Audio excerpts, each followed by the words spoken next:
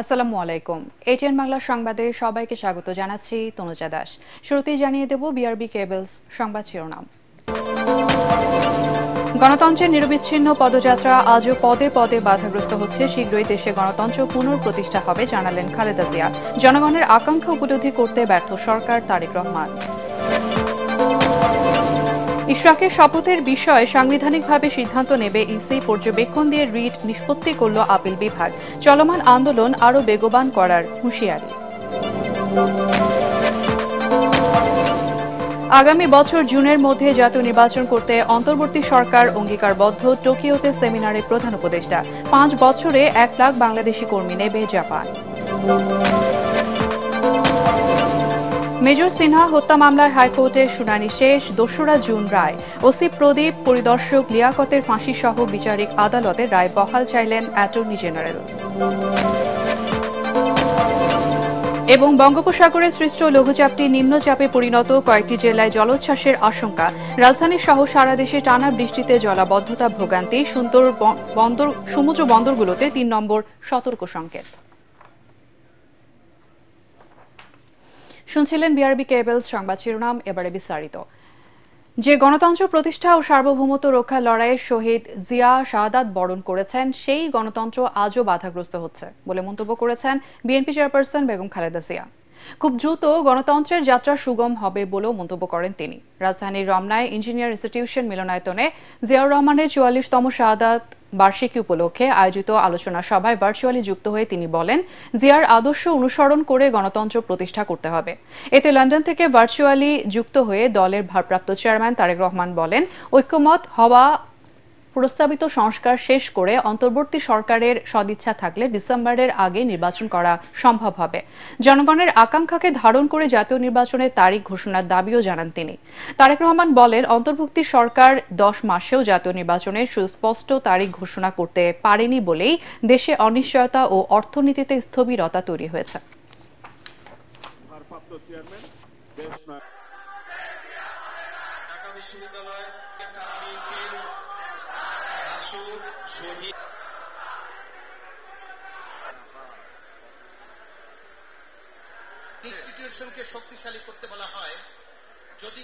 যে গণতন্ত্র প্রতিষ্ঠা আর সার্বভৌমত্ব রক্ষার লড়াইয়ে তিনি শাহাদাত বরণ করেছেন, সেই গণতন্ত্র নিরবচ্ছিন্ন যাত্রা আজও বাধাগ্রস্ত হচ্ছে প্রতি পদে পদে।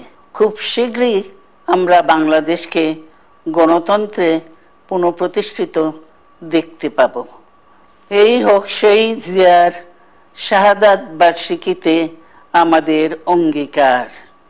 এই লক্ষ্যে সুশৃঙ্খলভাবে এগিয়ে চলার জন্য আমি বিএনপির সকল পর্যায়ের নেতা কর্মী ও দেশবাসীর প্রতি আহ্বান জানাচ্ছি। যেহেতু কম বেশি সকল বিষয় অধিকাংশ দলগুলোর মধ্যে একমত রয়েছে, ডিসেম্বরের আগেও নির্বাচন করা সম্ভব। আমি অন্তর্বর্তীকালীন সরকারের কাছে আবারও আহ্বান জানাই, জনগণের আকাঙ্ক্ষাকে ধারণ করুন, অবিলম্বে ডিসেম্বরের মধ্যেই সুনির্দিষ্ট দিনক্ষণ দিয়ে জাতীয় নির্বাচনের তারিখ ঘোষণা করুন। এখানে অন্তর্বর্তীকালীন সরকারের জয় বা পরাজয়ের কোনো কিছুই নেই, বরং স্বাধীনতা প্রিয় জনগণকে একটি সুষ্ঠু নির্বাচন উপহার দিয়ে গণতন্ত্রকেই বিজয়ী করুন। ঢাকা দক্ষিণ সিটি কর্পোরেশনের মেয়র হিসেবে ইশরাক হোসেন শপথ নেবেন কিনা সেই সিদ্ধান্ত নেবে নির্বাচন কমিশন। সুপ্রিম কোর্টের আপিল বিভাগের পূর্ণাঙ্গ বেঞ্চ রিট নিষ্পত্তি করে এই আদেশ দেন। মেয়র হিসেবে ইশরাক হোসেনের শপথ ইস্যুতে সাংবিধানিক দায়িত্ব পালনে নির্বাচন কমিশনের ভূমিকা উদ্বেগজনক বলে মন্তব্য করেন সর্বোচ্চ আদালত। জুলাই বিপ্লবের মাধ্যমে গঠিত ইসি কিভাবে প্রতিশ্রুতি ভাঙল, সেই প্রশ্ন আপিল বিভাগের। আগামী নির্বাচন আয়োজনে কমিশনের ভূমিকা নিয়ে সংশয় প্রকাশ করেছে আদালত। ইশরাক হোসেনের আইনজীবীর দাবি, সর্বোচ্চ আদালতের এই আদেশের ফলে শপথ পড়াতে আর বাধা নেই।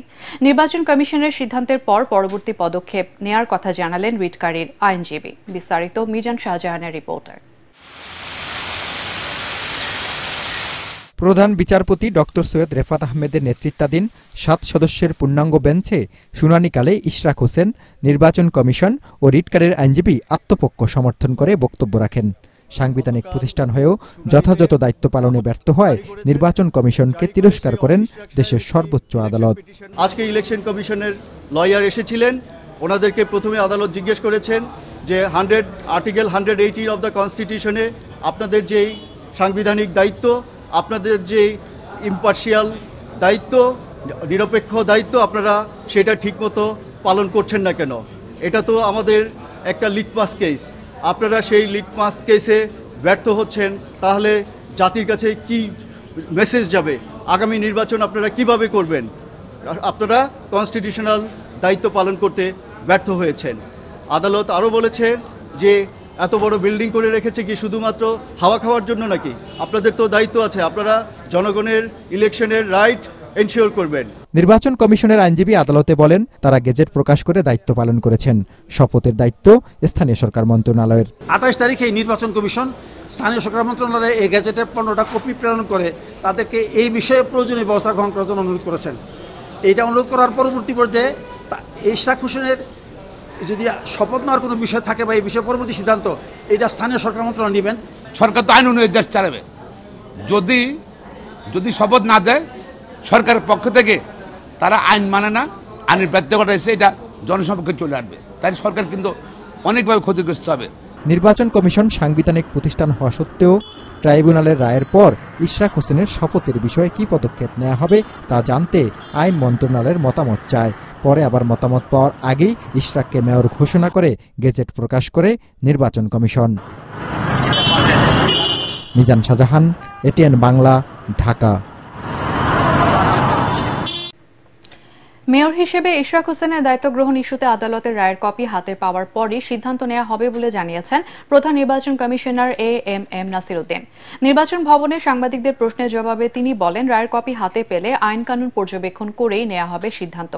এর আগে সকালে বিএনপি নেতা ইশরাক হোসেনের মেয়র হিসেবে শপথ ইস্যুতে সুপ্রিম কোর্টের আপিল বিভাগ আবেদন নিষ্পত্তি করে জানায়, এ বিষয়ে সাংবিধানিকভাবে সিদ্ধান্ত নিতে পারবে নির্বাচন কমিশন।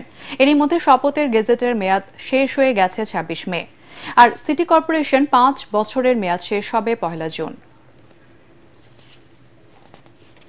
এটা পাওয়ার পরে এটা কি রায় আসে, কি ধরনের সিদ্ধান্ত আসে, ইত্যাদি আইনগত বিভিন্ন দিক পরীক্ষা নিরীক্ষা করে আমাদের যা করণীয় সেটা আমরা সেভাবে করব। না, রায় তো পাই নাই, আমি টেলিভিশনের হেডলাইন দেখে তো কোনো সিধা মন্তব্য করা যায় না। আদালতের রায় মেনে নিয়ে অবিলম্বে শপথ আয়োজন করতে শেষবারের মতো অনুরোধ জানিয়েছেন বিএনপি নেতা ইঞ্জিনিয়ার ইশরাক হোসেন। বৃহস্পতিবার দুপুরে নগর ভবনে চলমান বিক্ষোভ কর্মসূচিতে উপস্থিত হয়ে তিনি বলেন, মেয়রের দায়িত্ব বুঝিয়ে না দিলে চলমান আন্দোলন আরও বেগবান করা হবে। ইশরাক আরও বলেন, একজন মেয়রকে শপথ পড়াতে ব্যর্থ হয়েছে অন্তর্বর্তী সরকার। আগামী জাতীয় সংসদ নির্বাচনে 300 আসনে নির্বাচিত সদস্যদের শপথ পড়াতে পারবে কিনা তা নিয়ে জনমনে প্রশ্ন উঠেছে। দেখুন মনির হোসেন তপুর রিপোর্ট। ইশরাক হোসেনের শপথ নিয়ে টানাপোড়েনে গত 2 সপ্তাহ ধরে নগর ভবনে চলছে আন্দোলন।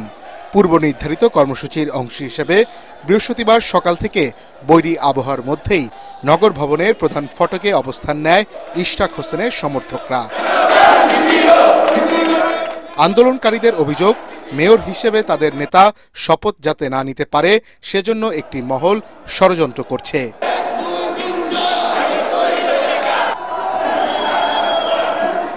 দুপুর 2টার পর তাদের আন্দোলনে সংহতি জানিয়ে নগর ভবনে আসেন বিএনপি নেতা ইঞ্জিনিয়ার ইশরাক হোসেন। তার উপস্থিতিতে উজ্জীবিত হয় নেতাকর্মীরা। ফুল দিয়ে বরণ করা হয় তাকে।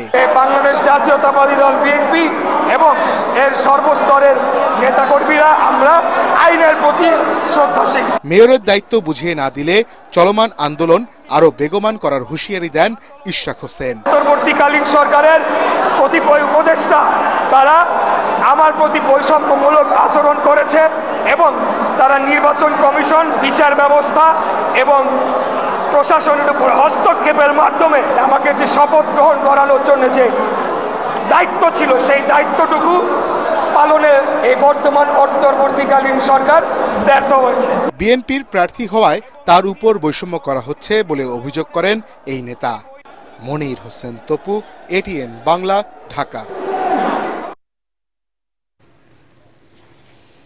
অন্তর্বর্তী সরকার ডিসেম্বর থেকে আগামী বছর জুনের মধ্যে জাতীয় নির্বাচন করতে অঙ্গীকারাবদ্ধ বলে জানিয়েছেন প্রধান উপদেষ্টা ডক্টর মোহাম্মদ ইউনূস। তবে একটি রাজনৈতিক দল ডিসেম্বরের মধ্যে জাতীয় নির্বাচন চাইছে বলে জানান তিনি, কিন্তু সংস্কারের উপর নির্ভর করছে কত দ্রুত জাতীয় নির্বাচন হবে। সকালে জাপানের রাজধানী টোকিওর ইম্পেরিয়াল হোটেলে আয়োজিত সেমিনারে প্রধান উপদেষ্টা আরও বলেন, এশিয়ার ভাগ্য এখনো লেখা হয়নি, আমরা সবাই মিলে লিখব। জাপানের টোকিও থেকে বিস্তারিত জানাচ্ছেন আমাদের বিশেষ প্রতিনিধি Moinul Ahsan.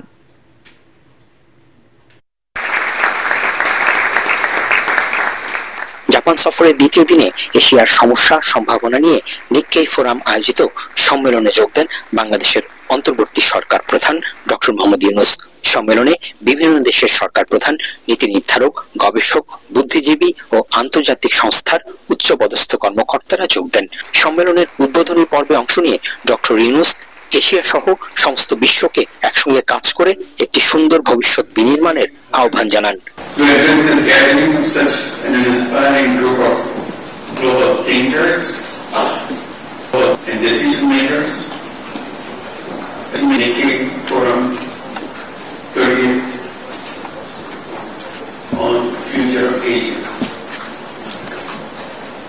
Nikkei Forum has, over the years, become a guiding light of dialogue, vision,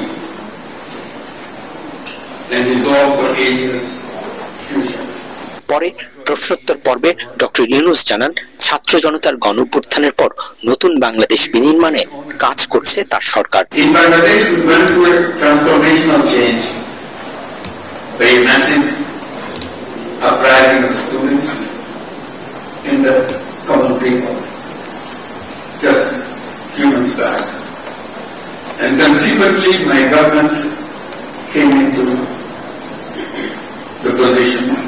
বাংলাদেশের আগামী জাতীয় নির্বাচন, সংস্কার ও জুলাই গণহত্যার বিচার প্রসঙ্গে তার সরকারের অবস্থান ব্যাখ্যা করেন doctor Yunus.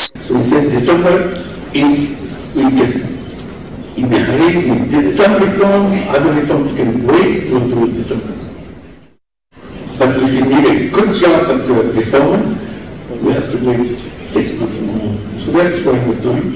There are opinions that some say, let's get it on, get the election done, and hand over to the politicians. So that's one reason, that's what the politicians are looking for. Not all political parties, just one particular. Japan সফরের দ্বিতীয় দিনে বিভিন্ন গণমাধ্যমে সাক্ষাৎকার, বিশিষ্ট ব্যক্তিদের সাথে সাক্ষাৎ, সেমিনারে অংশগ্রহণ সহ ব্যস্ত সময় পার করছেন বাংলাদেশের অন্তর্বর্তী সরকার প্রধান। জাপান সফরের দ্বিতীয় দিনে নিক্কাই ফোরামের সম্মেলন সহ নানা কর্মসূচিতে অংশ নিয়ে অন্তর্বর্তী সরকার প্রধান ডক্টর মোহাম্মদ ইউনূস বললেন, গত 1.5 দশকে দুর্নীতি দুঃশাসনের মাধ্যমে বাংলাদেশকে ধ্বংসের দ্বারপ্রান্তে নিয়ে গিয়েছিল পতিত স্বৈরাচার। জুলাই গণ অভ্যুত্থানের মধ্য দিয়ে বাংলাদেশকে নতুন করে গড়ে তোলার সুযোগ সামনে এসেছে উল্লেখ করে এক্ষেত্রে বাংলাদেশের মানুষ সহ বিশ্ববাসীর সহযোগিতা চাইলেন বাংলাদেশের অন্তর্বর্তী সরকার প্রধান doctor Mohammad Yunus. Mainul Ahsan, ATN Bangla, Tokyo, Japan. আগামী 5 বছরে 1 লক্ষ বাংলাদেশি কর্মী নিয়োগ করবে জাপান। দেশটিতে ক্রমবর্ধমান কর্মী ঘাটতি মেটাতে জাপান সরকার ও বিভিন্ন ব্যবসা প্রতিষ্ঠান এই ঘোষণা দিয়েছে। মানব সম্পদ বিষয়ে সেমিনারে প্রধান উপদেষ্টা অধ্যাপক মোহাম্মদ ইউনূস বলেন, অন্তর্বর্তীকালীন সরকার জাপানে বাংলাদেশিদের জন্য কর্মসংস্থানের সুযোগ তৈরিতে যথাসাধ্য চেষ্টা করবে।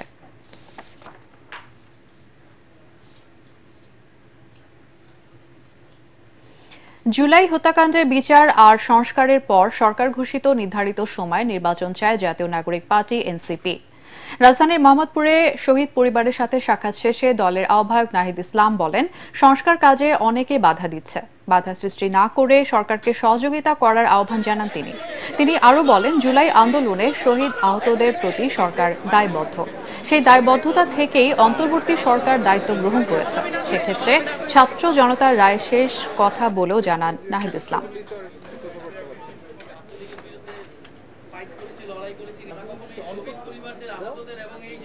ডক্টর মোহাম্মদ ইউনূস বা অন্তর্বর্তী সরকার কোনো রাজনৈতিক দলের কাছে দায়বদ্ধ না। এই সরকার দায়বদ্ধ এই শহীদ পরিবার, আহত এবং এই বিপ্লবে অংশগ্রহণকারী ছাত্র জনতার কাছে। ফলে তাদের মতামত নিয়ে এই সরকারকে চলতে হবে, তাদের রায় চূড়ান্ত রায়।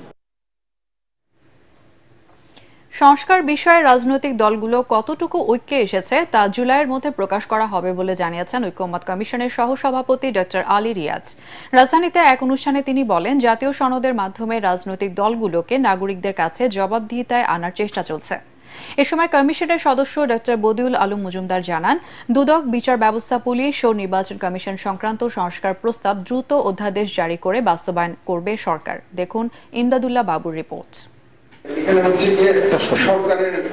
জাতীয় সনদ ও নাগরিক প্রত্যাশা শীর্ষক এই সংলাপের আয়োজন করে সুশাসনের জন্য নাগরিক সুজন। এতে জানানো হয়, জাতীয় সংসদ, প্রধানমন্ত্রী ও তার ক্ষমতার ভারসাম্য, নাগরিকের মৌলিক অধিকার, তত্ত্বাবধায়ক সরকার এবং নির্বাচন সহ 17টি বিষয় থাকছে জাতীয় সনদে। কয়েক সপ্তাহের মধ্যে আমি আশা করি দুর্নীতি দমন সংক্রান্ত, বিচার বিভাগ সংক্রান্ত, পুলিশ সংস্কার সংক্রান্ত, নির্বাচন ব্যবস্থা সংস্কার সংক্রান্ত যেই প্রস্তাবগুলো আমরা সরকারকে দিয়েছি, যেগুলো অধ্যাদেশের মাধ্যমে এবং তাদের প্রশাসনিক সিদ্ধান্তের মাধ্যমে করা যায়, তারা আশা করি এগুলো বাস্তবায়ন করবে। তার ফলে আমরা সুষ্ঠু নির্বাচনের পক্ষে এক ধাপ এগিয়ে যাব। অনুষ্ঠানের সংস্কারগুলো কতটুকু আলোর মুখ দেখবে এ নিয়ে হতাশার কথা জানান কমিশনের সদস্য ও নাগরিকরা। যত দিন যাচ্ছে উদ্বেগের পাল্লাটা ভারী হচ্ছে। বাংলাদেশের রাজনৈতিক সংস্কৃতিতে যতদিন পর্যন্ত বৈষম্য বিরোধী আন্দোলনের মূল চেতনা থেকে শিক্ষা গ্রহণ করা না হবে, ততদিন পর্যন্ত আমরা যত সংস্কারের কথা বলি কিছু কার্যকর হবে না। কোথাও কোনো গভর্নেন্সের কিচ্ছু কিন্তু আমরা খুঁজে পাচ্ছি না। কাজে খুব বেশি আশাবাদী হওয়ার জায়গা আসলে নাই। মানুষ বারবার আন্দোলন করে 71-এর পরে প্রতারিত হয়েছে, 90-এ প্রতারিত হয়েছে, এই 24-এর পরে প্রতারিত হলো বলে 166টা সুপারিশ বাস্তবায়ন করতে হলে রাজনৈতিক দলগুলোর ওপিনিয়ন খুব গুরুত্বপূর্ণ। গালি দেওয়া হতো সংস্কারবাদী বলে। এবারের সতর্কতা হলো যে এবার যদি আমরা সংস্কারে ফেল করি বা ব্যর্থ হই, সংস্কার এবার ক্রাইম বা অপরাধ হিসেবে গণ্য হবে। তবে এ বিষয়ে হতাশ না হতে সবাইকে আশ্বস্ত করেন কমিশনের সহসভাপতি। আমরা আশা করছি জুলাইয়ের মধ্যে রাজনৈতিক দলগুলোর যে জায়গাগুলোতে ঐকমত্য তৈরি হবে সেগুলো, আমি আগেও বলেছি, যেগুলোতে ঐকমত্য হবে না স্বচ্ছতার স্বার্থে আমরা সেগুলো জানাবো জনগণকে, কারণ জনগণের জানার অধিকার আছে কোথায় ঐকমত্যটা হলো না। তো কিন্তু ওই যে আমি নিজেকে অন্তহীন আশাবাদী বলে মনে করি, তো আমি এখনো আশা করছি। তিনি আরো জানান, অন্তর্বর্তী সরকার বাংলাদেশকে জুলাই বিপ্লবের চেতনায় সত্যিকার অর্থের গণতান্ত্রিক প্রজাতন্ত্র করার চেষ্টা করছে। ইমদাদুল্লাহ বাবু, ATN বাংলা, ঢাকা। সেনাবাহিনীর অবসরপ্রাপ্ত মেজর সিনহা মোহাম্মদ রাশেদ খান হত্যা মামলায় আসামিদের ডেথ রেফারেন্স ও আপিলের ওপর শুনানি শেষ হয়েছে। এ বিষয়ে রায় ঘোষণার জন্য আগামী 2 জুন দিন ঠিক করেছেন হাইকোর্ট। ডেথ রেফারেন্স ও আসামিদের করা আপিলের শুনানি নিয়ে হাইকোর্টের বিচারপতি মোস্তাফিজুর রহমান ও বিচারপতি শগীর হোসেনের সমন্বয়ে গঠিত বেঞ্চ রায়ের এই দিন ঠিক করে আদেশ দেন। শুনানিতে অংশ নিয়ে অ্যাটর্নি জেনারেল মোহাম্মদ আসাদুজ্জামান, পুলিশের সাবেক ওসি প্রদীপ ও পরিদর্শক লিয়াকতের ফাঁসি সহ বিচারিক আদালতের রায় বহাল রাখার পক্ষে যুক্তি তুলে ধরেন। নিম্নচাপের প্রভাবে রাজধানী সহ সারা দেশের মাঝারি থেকে ভারী বৃষ্টিপাত হচ্ছে, যা আগামী 48 ঘন্টা থাকতে পারে বলে জানিয়েছে আবহাওয়া অধিদপ্তর। ভারী বৃষ্টিতে খুলনা, বরিশাল, পটুয়াখালী, নোয়াখালী, চট্টগ্রাম ও কক্সবাজারের নিম্নাঞ্চলে জলাবদ্ধতা দেখা দিয়েছে। টানা বৃষ্টিতে চট্টগ্রাম ও পার্বত্য এলাকায় পাহাড় ধস হতে পারে। কয়েকটি জেলায় জলোচ্ছ্বাসের আশঙ্কা। সমুদ্র বন্দরগুলোকে 3 নম্বর এবং নদী বন্দরকে 2 নম্বর সংকেত দেখিয়ে যেতে বলা হয়েছে। আরও জানাচ্ছেন মুশফিকুর রহমান। ঝোড়ো বাতাসের সাথে বৃষ্টি, যেন থামার কোনো লক্ষণই নেই।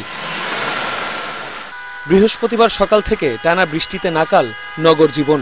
খেটে খাওয়া দিনমজুর মানুষের দুর্ভোগ চরমে। বৃষ্টিতে গরম থেকে কিছুটা স্বস্তি মিললেও এই বৃষ্টি সবার জন্য আশীর্বাদের নয়। বিশেষ করে খেটে খাওয়া দিনমজুর শ্রেণী, যাদের জীবিকা নির্বাহনের জন্য বাইরে বেরোতেই হয়, তারা পড়েছেন ঘোর বিপাকে। 7টার দিকে বেরোচ্ছি, সকাল থেকেই ভিজতেছি, এ পর্যন্ত শরীরে খুব ঠান্ডাও লাগতেছে। কাম কাজ তো করবো কেমনে, দেন না বৃষ্টির লেগে কাম করবো কেউ। বঙ্গোপসাগরে সৃষ্ট লঘুচাপটি নিম্নচাপে পরিণত হওয়ায় রাজধানী সহ সারা দেশেই এই বৃষ্টি হচ্ছে।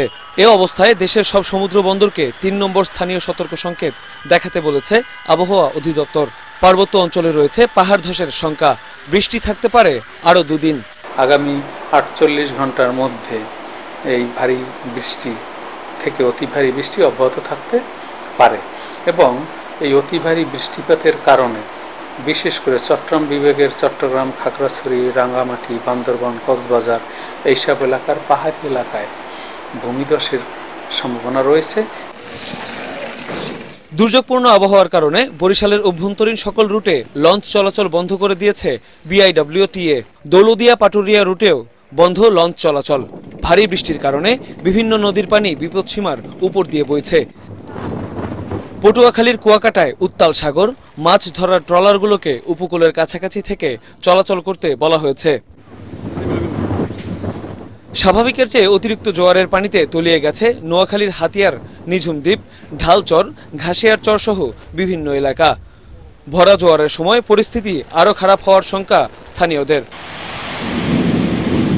বৃষ্টির প্রভাবে তাপমাত্রা কিছুটা কমেছে, তবে নিম্নচাপটি ঘূর্ণিঝড়ে রূপান্তরিত হওয়ার সম্ভাবনা নেই বলে জানিয়েছে আবহাওয়া অধিদপ্তর। মুশফিকুর রহমান, এটিএন বাংলা। জাতিসংঘ শান্তি রক্ষা মিশনে বাংলাদেশ সহযোগিতা অব্যাহত রাখবে বলে জানিয়েছেন অর্থ উপদেষ্টা ডক্টর সালেউদ্দিন আহমেদ। আর সেনাবাহিনীর প্রধান জেনারেল ওয়াকারুজ্জামান বলেছেন, বিশ্ব শান্তি রক্ষায় বাংলাদেশ এখন অবিসংবাদিত নাম। জাতিসংঘ শান্তিরক্ষী দিবস উপলক্ষে বাংলাদেশ চীন মৈত্রী আন্তর্জাতিক সম্মেলন কেন্দ্রে আয়োজিত অনুষ্ঠানে তারা এসব কথা বলেন। আরও জানাচ্ছেন ইয়াসিন রানা। শান্তিরক্ষা মিশনে ৩৭ বছরে পদার্পণ করল বাংলাদেশ। ১৯৮৮ সাল থেকে বিশ্ব শান্তি রক্ষায় কাজ করে আসছেন সেনা, নৌ, বিমান ও পুলিশ বাহিনীর সদস্যরা। বর্তমানে বিশ্বের ৯টি দেশে ৫,৮১৮ জন শান্তিরক্ষী কাজ করছে। বিশ্ব শান্তি প্রতিষ্ঠায় সর্বোচ্চ ত্যাগ স্বীকার করেছে বাংলাদেশের ১৬৮ জন শান্তিরক্ষী। বিশ্ব শান্তিরক্ষী দিবসের আলোচনায় বাংলাদেশের ভূয়সী প্রশংসা করেন জাতিসংঘের আবাসিক প্রতিনিধি গোয়েন লুইস। বলেন, শান্তিরক্ষায় বাংলাদেশ তৃতীয় বৃহৎ দেশ। বাংলাদেশের শান্তিরক্ষীদের আত্মত্যাগ অনন্য হয়ে থাকবে। The UN's impartiality, legitimacy and non-use of force remain invaluable in peace processes. As a major contributor to peacekeeping, Bangladesh plays an essential role in advancing these efforts. অনুষ্ঠানে সেনাবাহিনী প্রধান জেনারেল ওয়াকারুজ্জামান জাতিসংঘে বাংলাদেশের শান্তিরক্ষীদের ইতিহাস তুলে ধরেন। বলেন, বিশ্ব শান্তিরক্ষায় বাংলাদেশ এখন অবিসংবাদিত নাম। বর্তমানে শান্তিরক্ষা কাজে বাংলাদেশ সেনাবাহিনীর ৪,৮৮০ জন, নৌবাহিনীর ৩৪৩ জন, বিমান বাহিনীর ৩৯৬ জন এবং পুলিশ বাহিনীর ১৯৯ জন সহ সর্বমোট ৫,১১৮ জন শান্তিরক্ষী বিশ্বের বিভিন্ন দেশের ৯টি শান্তিরক্ষা মিশনে নিয়োজিত রয়েছে। আমাদের শান্তিরক্ষীগণ নিজের জীবনের ঝুঁকি নিয়ে উন্নত প্রশিক্ষণ, নৈতিক মূল্যবোধ, দক্ষতা এবং নিরপেক্ষতার প্রমাণ রেখে সকল চ্যালেঞ্জ মোকাবেলায় সর্বদা প্রস্তুত। অর্থ উপদেষ্টা সালেউদ্দিন আহমেদ জানান, জাতিসংঘ শান্তিরক্ষা মিশনে সহযোগিতা অব্যাহত রাখবে বাংলাদেশ। পৃথিবীর অন্যতম বৃহৎ শান্তিরক্ষা প্রেরণকারী দেশ। এই প্রসঙ্গে আমি বলি, শুধু বৃহৎ না, মোস্ট ইফেক্টিভ, মোস্ট এফিশিয়েন্ট এবং অত্যন্ত সুনাম অর্জনকারী বাংলাদেশ। এরপর বিশ্বের বিভিন্ন দেশের বাংলাদেশ শান্তিরক্ষা মিশনের শান্তিরক্ষীদের সাথে ভার্চুয়ালি মতবিনিময় করেন অর্থ উপদেষ্টা। এছাড়া শান্তিরক্ষা মিশনে আহত ২ জন সদস্যকে সম্মানিত করা হয়। ইয়াসিন রানা, এটিএন বাংলা, ঢাকা।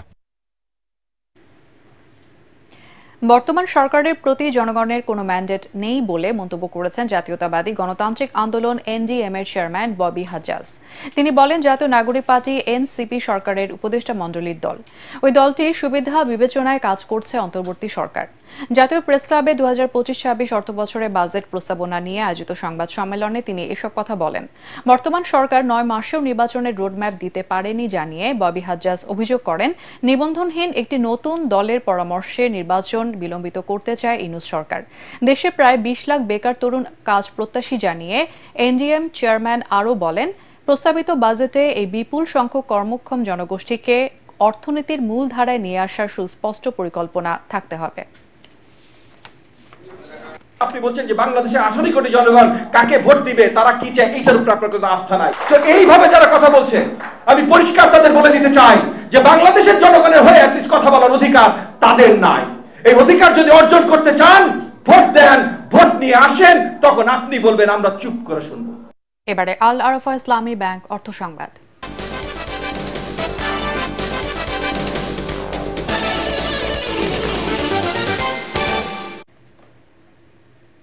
চট্টগ্রামের মুরাদপুরে এনসিসি ব্যাংকের পূর্ণাঙ্গ শরিয়া ভিত্তিক ইসলামিক ব্যাংকিং শাখার কার্যক্রম শুরু হয়েছে।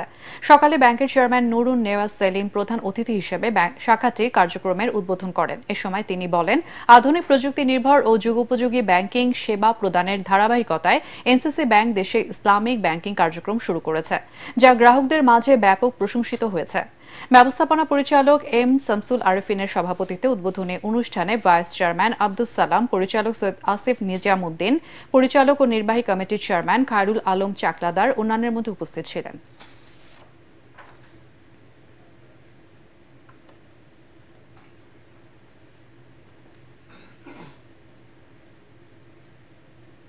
যশোরে অনুষ্ঠিত হল নিরাপদ সবজি উৎপাদন বিষয়ক মাঠ দিবস। পিকেএসএফ এর আর্থিক ও কারিগরি সহায়তা এবং আদিন ওয়েলফেয়ার সেন্টারের কৃষি ইউনিট আয়োজিত মাঠ দিবসে প্রধান অতিথি ছিলেন সহকারী কৃষি কর্মকর্তা আনুতোষ কুমার দাস। এ সময় কৃষি উদ্যোক্তাদের নিরাপদ ফসল উৎপাদনে করণীয় নানা বিষয়ে পরামর্শ দেন তিনি। যশোর থেকে তামান্না ফারজানার পাঠানো তথ্য ও ছবি নিয়ে আরো জানাচ্ছেন আশিকুর রহমান। যশোরে পিকেএসএফ এর আর্থিক ও কারিগরি সহায়তায় ও আদ্দিন ওয়েলফেয়ার সেন্টারের কৃষি ইউনিট আয়োজিত নিরাপদ সবজি উৎপাদন বিষয়ক মাঠ দিবসে প্রধান অতিথি ছিলেন সদর সহকারী কৃষি কর্মকর্তা অনুতোষ কুমার দাস। তিনি বলেন, কৃষি বিভাগ ও আদ্দিন একই জায়গায় একই সাথে সম্পৃক্তভাবে কাজ করে যাচ্ছে। আদ্দিন ও কৃষি বিভাগ একে অপরের পরিপূরক। যে নতুন একটা প্রযুক্তি আসছে সেটা হলো উত্তম কৃষি সজ্জা। উত্তম কৃষি সজ্জার মাধ্যমে যদি আমরা চাষবাস করি তাহলে কি হবে, আমরা সঠিক সময় নিরাপদ সবজি চাষ করতে অবশ্যই সফল হব। এ সময় আরো উপস্থিত ছিলেন আদ্দিনের যশোর জোনের জোনাল ম্যানেজার তরিকুল ইসলাম, খাজুরা শাখার শাখা ব্যবস্থাপক উত্তম কুমার কুন্ডু, আদ্দিন ওয়েলফেয়ার সেন্টারের কৃষি কর্মকর্তা নাজমুল হোসেন ও মৎস্য কর্মকর্তা সাদ আহমদ। আদ্দিনের যশোর জোনের জোনাল ম্যানেজার বলেন, শুধু এখন নয়, ভবিষ্যতেও কৃষকদের সব ধরনের সহযোগিতা করবে আদ্দিন। নিরাপদ সবজি উৎপাদন সহ এই যে আমরা যে পর্যন্ত আসছি, ভবিষ্যতেও যাতে আপনাদের সহযোগিতায় এবং আপনারা যদি আমাদের চান, আমরা যাতে আরো ভবিষ্যতে আপনাদের সহযোগিতা করে পাশে থেকে আপনাদের এই চাষগুলো আরো নিরাপদ এবং উন্নয়নমুখী হয়, নিরাপদ এবং উন্নয়নমুখী হয় সে চেষ্টা করবেন। আমরা যেভাবে পরামর্শ দিই, আপনারা আমাদের কৃষিবিদ আছে, তারা যেভাবে পরামর্শ দেয় সেভাবে আপনারা কাজ করবেন। সেইভাবে কাজ করে যদি সমস্যা হয় আমাদের সাথে ফিডব্যাক দেবেন যে আমাদের উৎপাদন ভালো হচ্ছে না, কিন্তু আমরা যেন এখান থেকে সরে না যাই। কৃষকদের প্রদানকৃত প্রদর্শনীর ফলাফল নিয়ে আয়োজিত মাঠ দিবসে ফসল হিসেবে ছিল নঙ্গরপুরি করলা। আদ্দিনের সহযোগিতায় উন্নত জাতের এই করলা যশোর থেকে ১৫০ জন কৃষক ২০০ বিঘা জমিতে চাষ করছেন। Bureau report, ATN Bangla. Titas gas জাতীয়তাবাদী শ্রমিক কর্মচারী ইউনিয়নের উদ্যোগে শহীদ রাষ্ট্রপতি জিয়াউর রহমানের ৪৪তম শাহাদাত বার্ষিকী উপলক্ষে মিলাদ ও দোয়া মাহফিল অনুষ্ঠিত হয়েছে। রাজধানী কারণ বাজারের তিতাস গ্যাস ভবনে এই মিলাদ ও দোয়া মাহফিল অনুষ্ঠিত হয়। এতে প্রধান অতিথি ছিলেন কোম্পানির ব্যবস্থাপনা পরিচালক শাহনেওয়াজ পারভেজ।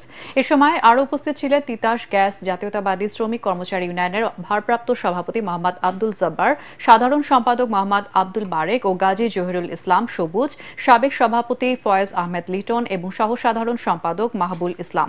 এ সময় শহীদ জিয়ার রুহের মাগফিরাত কামনা করা হয়। অনুষ্ঠানে উপস্থিত নেতারা বলেন, শহীদ প্রেসিডেন্ট জিয়াউর রহমান ছিলেন স্বাধীনতা যুদ্ধের বীর সেনা নায়ক, রাষ্ট্রনায়ক এবং বহুদলীয় গণতন্ত্রের প্রবক্তা। তার দূরদর্শী নেতৃত্বে বাংলাদেশ একটি নতুন গতি ও চিন্তার পথ পেয়েছিল। এ সময় দেশের বর্তমান পরিস্থিতি নিয়ে উদ্বেগ প্রকাশ করে দেশবাসীর শান্তি, স্থিতিশীলতা ও গণতান্ত্রিক অধিকার রক্ষার জন্য দোয়া করা হয়। এবার আন্তর্জাতিক সংবাদ।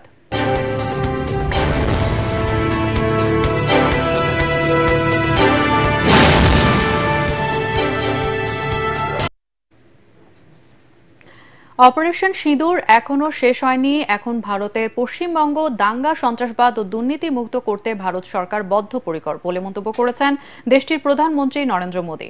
বিধানসভা নির্বাচনকে সামনে রেখে বাংলাদেশ সীমান্তের কাছাকাছি পশ্চিমবঙ্গের আলিপুরদুয়ারে জনসভায় কথা বলেন তিনি।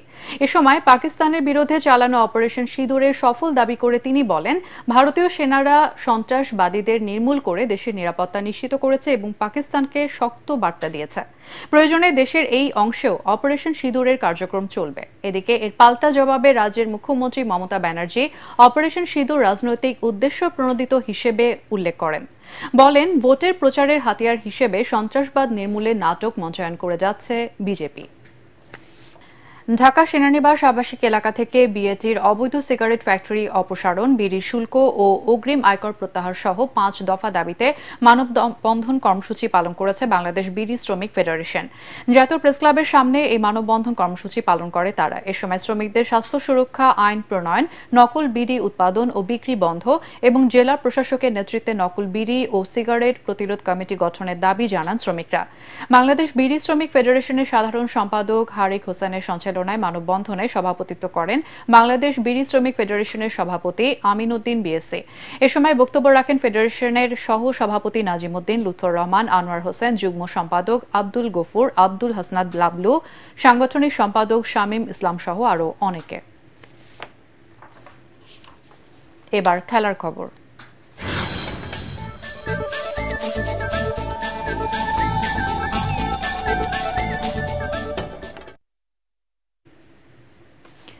বিপিএল এর রাজশাহী ও চিটাগাং ফ্র্যাঞ্চাইজির পেমেন্ট ইস্যু, ম্যাচ ফিক্সিং, বিসিবির অর্থ স্থানান্তর, জাতীয় দলের বাজে পারফরম্যান্স সহ বহু অভিযোগে বিসিবি সভাপতি ফারুক আহমেদের উপর অসন্তুষ্ট অন্তর্বর্তীকালীন সরকার। এ কারণে ক্রীড়া উপদেষ্টা তাকে বিসিবি থেকে সরে যেতেও বলেছেন। গণমাধ্যমকে জানিয়েছে, বিসিবির পরবর্তী সভাপতি হবার সম্ভাবনা রয়েছে সাবেক অধিনায়ক আমিনুল ইসলাম বুলবুলের। আরও জানাচ্ছেন পরাগ আরমান। গত বছরের 5 আগস্ট রাজনৈতিক পট পরিবর্তনের পর পরিবর্তন এসেছিল বাংলাদেশ ক্রিকেট বোর্ড বিসিবিতেও। রাজনৈতিক সম্পৃক্ততার কারণে পালিয়ে বিদেশ পাড়ি দেন তৎকালীন বোর্ড সভাপতি, আর তাতে অন্তর্বর্তীকালীন সরকারের আস্থাভাজন হিসেবে বিসিবি সভাপতির দায়িত্ব দেয়া হয় সাবেক অধিনায়ক ফারুক আহমেদকে। বছর পেরোনোর আগেই আস্থা হারিয়েছেন ফারুক। একের পর এক বিতর্কে বিরক্ত ক্রীড়া মন্ত্রণালয়। বুধবার রাতে বিসিবি সভাপতিকে তলব করেন ক্রীড়া উপদেষ্টা আসিফ মাহমুদ সজীব ভুইয়া। জানানো হয়, ক্রীড়া মন্ত্রণালয় আর তাকে বিসিবিতে চায় না। তবে পদত্যাগ করার কোনো কারণ খুঁজে পাচ্ছেন না ফারুক, তাই এখনই পদত্যাগ নিয়ে ভাবছেন না তিনি। বাংলাদেশের অভিষেক টেস্টের সেঞ্চুরিয়ান আমিনুল ইসলাম বুলবুল আইসিসির এশিয়া অঞ্চলের ডেভেলপমেন্ট ম্যানেজার হিসেবে কাজ করায় দীর্ঘ সময়ের জন্য বিসিবি সভাপতির দায়িত্বে থাকা সম্ভব নয় বুলবুলের। আরও 1 বছর বুলবুলের সঙ্গে চুক্তি নবায়ন করতে চায় আইসিসি। তাই আপাতত বিসিবির নির্বাচন পর্যন্তই দেশের ক্রিকেটের অভিভাবক হিসেবে দেখা যেতে পারে টাইগারদের সাবেক অধিনায়ক আমিনুল ইসলাম বুলবুলকে। ক্রিকেট বোর্ডে সরাসরি সরকারি হস্তক্ষেপ কখনোই অনুমোদন করে না আইসিসি। সুতরাং শেষ পর্যন্ত কি হয়, আগামী সময়ের কাছেই রয়েছে তার সঠিক উত্তর। পরাগ আরমান, এটিএন বাংলা, ঢাকা। পরাজয় দিয়েই শুরু হলো বাংলাদেশ ক্রিকেট দলের পাকিস্তান সফর। লাহোরের গদ্দাফি স্টেডিয়ামে 3 ম্যাচ সিরিজের প্রথম টি20তে লিটন দাসের দলকে 37 রানে হারিয়েছে পাকিস্তান। টস জিতে আগে ব্যাটিংয়ে নেমে শুরুতেই ধাক্কা খায় স্বাগতিকরা। দলের 5 রানে 2 উইকেট পড়ে যায় পাকিস্তানের। তৃতীয় উইকেটে সালমানের সঙ্গে 48 রানের জুটি গড়ে 31 রানে আউট হন মোহাম্মদ হারিস। চতুর্থ উইকেটে নওয়াজকে নিয়ে 65 রানের জুটি গড়েন। 56 রানে বিদায় নেন অধিনায়ক সালমান আগা। শেষ পর্যন্ত 7 উইকেটে 201 রানে পুঁজি পায় পাকিস্তান। রান তাড়া করতে নেমে 215 রান করে 2018 সালে কলম্বোতে শ্রীলঙ্কাকে হারিয়েছিল বাংলাদেশ, কিন্তু এবার আর পেরে ওঠেনি তারা। 164 রানে গুটিয়ে যায় বাংলাদেশ। দলের পক্ষে সর্বোচ্চ 48 রান করেন অধিনায়ক লিটন দাস। পাকিস্তানের মিডিয়াম পেসার হাসান আলী 30 রানে 5 উইকেট তুলে নেন। একই মাঠে সিরিজের দ্বিতীয় ম্যাচ হবে আগামীকাল। বৈশাখী টিভিকে 3-1 গোলে হারিয়ে বিএসজে মিডিয়া কাপ ফুটবল টুর্নামেন্টের কোয়ার্টার ফাইনালে উঠেছে এটিএন বাংলা। পল্টন মাঠে শেষ 16 লড়াইয়ে ম্যাচের 3 মিনিটেই মুশফিকুর রহিমের দুর্দান্ত ক্রসে দলকে এগিয়ে নেন কামরুজ্জামান রাজীব। কর্দমাক্ত মাঠে এটিএন বাংলার হয়ে দ্বিতীয় গোলটি করেন আদ্দিন সজীব। দ্বিতীয়ার্ধের শুরুতে ম্যাচ সেরা আদ্দিনের দ্বিতীয় গোলে 3-0 এগিয়ে যায় আলমগীর আর চপলের দল। শেষ মুহূর্তে 1 গোল শোধ দিয়ে পরাজয়ের ব্যবধান কমায় বৈশাখী টিভি।